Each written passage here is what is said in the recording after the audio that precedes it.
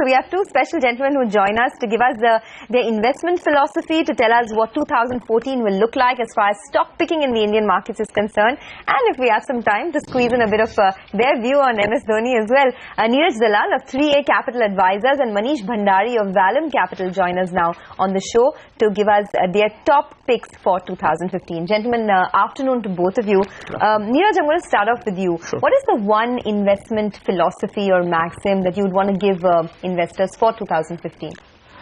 I think there are two or three things actually. One is tough. I think one thing that you need to all look out for is a company which has a good management. By a good management, I believe a management that understands the business, does not take undue leverage, because a lot of companies, good companies, have gone down the drain because of undue leverage. So I think one is the management. I think the other thing is opportunity for growth. For any company, when you invest in a company, you look at the growth. I think for me, if you have these two things, and then the dynamics all fall into place.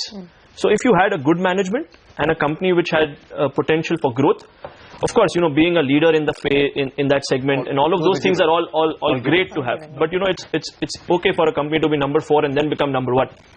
If you are number 1, that's great. So I think if you have a good management, a steady, strong management, and opportunity for growth, for me, those two things would make me look at a company.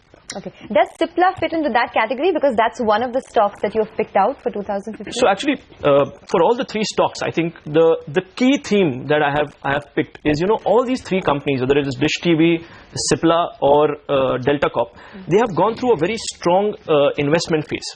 They have all done a lot of capex. So whether it was Cipla putting up new facilities, it was Delta putting up the properties in Daman and in Goa, and Dish TV, the kind of subscriber acquisition that it has done. I think now it's a matter of running the business efficiently. It's about monetizing the assets that they have put in place. It also helps that all the three companies have great management in place, management that has proven its track record over the years. So that's the recurrent thing. And for Cipla, just to so great management, you would never doubt Yasir Hamid, right? I mean, he's great integrity, great understanding of the market, supreme stuff. And of course, after the change in management now, they have the right kind of people in charge. So growth, in terms of growth, you're talking of, Cipla has sales of around 10,000 crores. I think they will, over the next couple of years, grow about 40 to 50%. So you're talking of sales of 10,000 crores going to about 14 to 15,000 crores. Now, to my mind, a large cap company, Cipla's market cap is about 45, 50,000 crores. So you're not talking of a small company. Cipla actually, in amongst the two of them, is the more stable kind of stock that you could recommend to any investor who wants a 35, 40% CAGR over the next couple of years. So why would you prefer it, say, over Sun? Is it because valuation, or do you think they're more than just valuations? I think Sun has, Ranbaxy acquisition on it right now. Of course, fundamentals for Sun are also great. Yeah. But I just think it will take Sun a year and a half to digest the acquisition, get the economies of scale and all that, where you have a Cipla which has gone through, the investment phase in 2012-13. It's now looking at, sales growth, all the inhalers and all are going to be launched across. The ARV portfolio should be doing well. The margins should expand from 20-21% to about 24-25%. When you have a large cap company which grows at about 20-25% sales growth with an EBITDA margin increase of 300-400 points over the next couple of years, I don't think you need to look further. The numbers just add up. I mean, you're talking of an earnings going from about 16-18 rupees to about 27-28 rupees in the next 2-3 years. I mean, to me, that's just good. Let's get Manish into this conversation as well, because since we're talking about pharma stocks, Manish, hi, afternoon. One of the stocks that you've picked out is Shilpa Medicare in the oncology business. And I was reading an article, in the Outlook that featured you, where it said that since listing, this stock has compounded shareholder wealth by 46% every year. But we generally notice, as they say, catch them young and watch them grow. In the first 6 to 7 years, you get, the maximum returns. And post that, stocks start to compound about 15-20%. At what phase do you think this stock is in, and what kind of returns would you expect? Still on the ground floor, or has it moved up? Yeah, it's true that against a BSE Sensex of 13-14%, this has compounded significantly. So we are talking about compounded average. So there are lean periods where this stock would have remained where it has, and then finally, so you are looking at a trend between the two data points. Now, having said that, we are talking about today the market cap of Shilpa Medicare is close to 2,000 crore. And market cap relative to the size of opportunity they have in the global oncology research CRAM space is significantly higher. So, this would have said very well about DVs or any other CRAMS business. As long as you can deliver a superior value to the customers on the global pool and the pool of the profit is significantly higher, is where the valuation would get built in and the earnings would get built over a period of time. So having said that, I don't see that the story has yet started, and I see a very long journey for a very good and stable management who can create moat in the business, like oncology research, and sitting in a very, very small place like Raichur in Karnataka. So it's not so easy to build these kind of very high IPR and moat businesses. So definitely the management has significant advantage and edge on their side. You know, one question to both of you really. Yeah. What was the size of the universe you looked at before zoning in on these shares that you picked, say your top three? How many companies would you have looked at before coming here? You mean to say I would run a screen and how many companies I would look like? So when in our investing horizon, we look at companies which has got anything which has got a 500 crore and above sales. Okay. That is where in my personal experience that we have, you can knock that earpiece off if it's bothering you. I don't think you need that. So in my personal experience, that is where I think there is enough cash flow which could be reinvested in the business and can create a size for the shareholder like us to become attractive enough. So we would have looked at, maybe at any point of time we would look at close to 200 to 300 companies in this space, final to zero on based on other metrics. So what we follow. This is just to tell a viewer that that's the kind of you gone through before coming to this. It's not just that they pick these out of a... Oh, no. Niraj, the one thing that we've learned from a lot of experts who join us is that you should look at market leaders in whatever segment that you're picking. Sure. And you've picked up Dish TV, which is a market leader in their segment.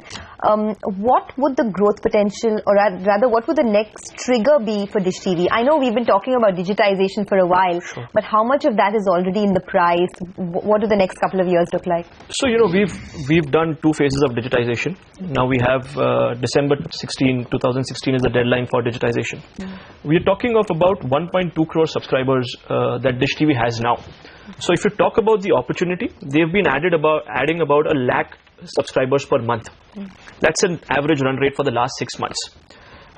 If you just look at the opportunity, I think the only listed play is Dish TV. You also have a Tata Sky and Videocon and all the others. But again, it will eventually be a 2-player market. That's how it will eventually pan out. My sense is that Dish TV has acquired the mass. It does not need to add more than, if it had about 2 crore subscribers in the next maybe 3-4 years, I think that is great. Because what you need to look at it is this is a perpetuity business model. Once you have a cable connection in your house, you don't end up withdrawing it or removing it.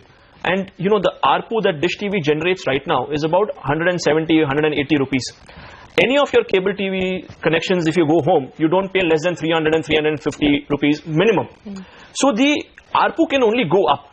If you just start looking at the numbers the way they are, you're talking of a 1.2 crore kind of subscriber base with 300 rupees of ARPU. You're talking of about 350, 400 crores per month. That translates to about 4,000 crores a year. Now, that to me is enough size for a company to, generate significant cash flows. It has done all the hard work up till now. With a run rate of, 1.5 lakhs per month, it should reach about 2 crores in the next 3-4 years. So is there a black swan event in for say technology? Can technology disrupt this? Apart from Tata Sky, and let me bring in, say, if a LGO gets in or any 4G player gets in, is there a black swan there for that? Something to my mind, I think once you are in the house, it's very difficult to be uprooted unless you do something catastrophically wrong. So I have 3 cable connections in my house. I haven't changed anyone, and I don't intend to do that. I don't think so. Also, in terms of the opportunity, since you were asking that, Sonia, a lot of the digitization is now going to happen in the tier 2 towns and all of those places. Putting physical wire there is damn difficult. So Dish TV specializes in the rural stroke semi-urban areas. I think so the opportunity for Dish as compared to other players is far higher, far higher. No, I get why Central is asking that question, because there's something that's bogging the stock down for sure. It's not performed this year. It's up only 10% with the market up 30%. Why do you think that's the case? To be honest, I think the stock has not performed for the last 3-4 years. Yeah. So it's a rank underperformer. I think they are getting their act together now. I think it's at a stage where it is, you know, there comes a point in a business when it reaches an inflection point. I think Dish is there. If you just do basic numbers, it's impossible for Dish not to break even and start generating cash flows in the coming year. Okay. And once that starts happening, Sonia, it's not happened till now. It has always, disappointed on the results front. If you're an investor, I think that's a great time to buy a stock, as long as you believe in the fundamentals of the company. You believe in and I think the fundamentals are there for anybody to see. Anybody who has a calculator to do maths will be able to just make the numbers for Dish TV. All right, Manish, you have picked out Pennar Industries. What's the story then? What kind of compounded growth are you looking at? So what has impressed me in my macro theme, we are very bullish on the industrial recovery, and that would drive a lot of companies and a lot of growth in a lot of companies. And this is to do also with the stable government and Modi ji's personal agenda in terms of putting up the whole capex plan back into the rolling up. So what is one thing which is common in the macro theme is that you have a lot of operating leverage sitting in a lot of these companies. So what an operating leverage would mean is that you could generate a significant higher amount of sales with very low capex, and that's what an equity investor would love, or a shareholder would love this. So what is interesting about this company is that you have a company in 6-7 years back which used to be a small mid-size steel producer, and from in last 6 and 7 years of downturn has taught them significantly how to make themselves a steel converter to a very significantly high value add steel products. So which includes the hydraulics and which includes the railways. So they are one of the significant suppliers of products to railways, to creating a completely new business out of steel to called PEBs, which is called pre-engineering buildings. So today, if you look at USA, I'm told that most 70-80% of America is built on PEBs. So you don't build concrete, you build PEBs-based businesses, or you mean to say PEB-based industrial infrastructure and everything, and which is a superior technology. So this is an ability of the management to create a new vertical within itself. Here, they're not just another steel player who has just been waiting around for a turnaround to steel. They've created the new zones and the profit areas and the verticals. So which speaks very highly about the quality of the management. And there's also a lot of to credit with the second generation of management which joined 8-9 years back and has created this. So we are looking at a situation where it's really difficult to see the compounding of the earnings, because if the IIP grows at 8 or 9%, these companies will do very well. And so a 1,200-1,300 crore top line company can achieve a 3,000 to 3,500 crore sales with a mere investment of 50 crore per annum. That's a too small a number. So you create a company within this very short investment cycle. All right. Niraj, I think we're running out of time, so I'm going to quickly squeeze in one more question on Delta Corp, stock that you've picked up. I know this whole gaming business has not perhaps, found the fancy of so many investors, but do you see a lot of potential in that stock? So I think, Sonia, the model is proven in Goa, right? Now, they already have 2,000 gaming positions in Goa. They have about 1,200 which will go live as and when they get the license for Daman. On your channel, they flashed a couple of weeks back that they are planning to sell their stake in Advani Hotels and all. The management has now focused on the core business. Everything else is out of the way. You're looking at gaming positions doubling in a couple of years. The license may come next month, it may come in a year, whenever that happens. The EBITDA margins in this business, in a gaming business, is very high. It's always loaded in the favor of the house. So if you were to run or look at the business at 27-28% margin, you can easily shoot up to 40-45% when the additional gaming positions come into play. So you're looking at, they have gaming revenues about 250-300 crores last year. You're looking at that number going to 500 crores the moment you have a full year of operation for the Daman process. So to my mind, and casinos everywhere else, they're basically cash generators. Huge amounts of cash flows once they are stable and keep running. You can always have ups and downs in the business, which happens in Macau or anywhere else in the world. Yeah, like Goa rejected the permit for the business the gaming business a while back, and that brought down the stock quite a bit. The one big issue with Delta, which everyone has to be aware of, is the legal or regulatory environment. Having said that, you already have the model established. I would be surprised if something untowards happens on that front. It's for Goa, when mining went away, casinos were the biggest revenue generators for the state. So it's a vice, yes, okay, let's accept it, it's a vice, but it's an accepted vice. We are in capitalist society. Singapore answer it. Yeah, so and to my mind, I think you're looking at a company which is going to have significant cash flows. I think the recurrent And I'm sure as we speak, their gaming business is like in full full swing right now. Yeah, absolutely. And another stock that's really hot today, that is Virat Kohli. How would you gauge his prospects? I think he's a fantastic captain. I think he's in whatever little bit he's shown. I think his understanding of the game, his ability to take pressure, I think it's immense. Having said that, he's got large shoes to fill. Dhoni has been an exceptional captain, and I think we are in the form of creating a team. We are at that stage. But you love numbers, as you obviously absolutely. So numbers show that Dhoni has been India's most successful captain. But if you look at another number, all his wins came in India. I think he's not been like most captains in India. He's not been great overseas. Okay. And I think that's got a lot to do with how Indians approach their cricket overseas. But I wouldn't take that away from Dhoni. I think let's today is his day. Let's celebrate what he's got us. I think he got us a World Cup. But I think Virat. Hopefully you get another World Cup. Manish, I know you think we're wasting time talking about cricket. I won't talk cricket to you. I said we need to run some statistics on cricket. So who has been a good captain and under what circumstances? Okay, but a quick take on some people we've had on the channel saying after the fantastic performance of equities in 2014.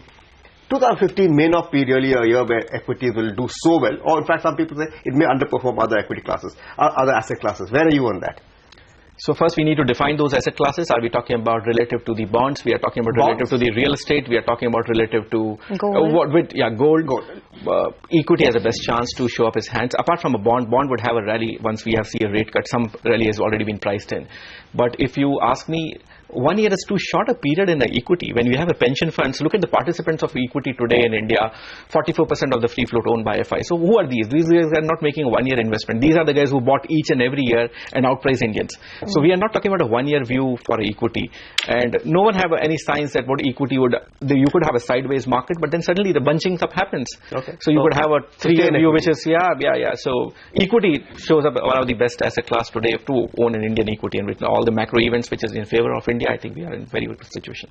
All right, Manish, Niraj, thank you so much for taking the time out and enlightening our viewers with what value investors are planning to do in 2015. You guys have a great new year and we hope to see you soon. Thank you to you. Thank you. Very happy 2015.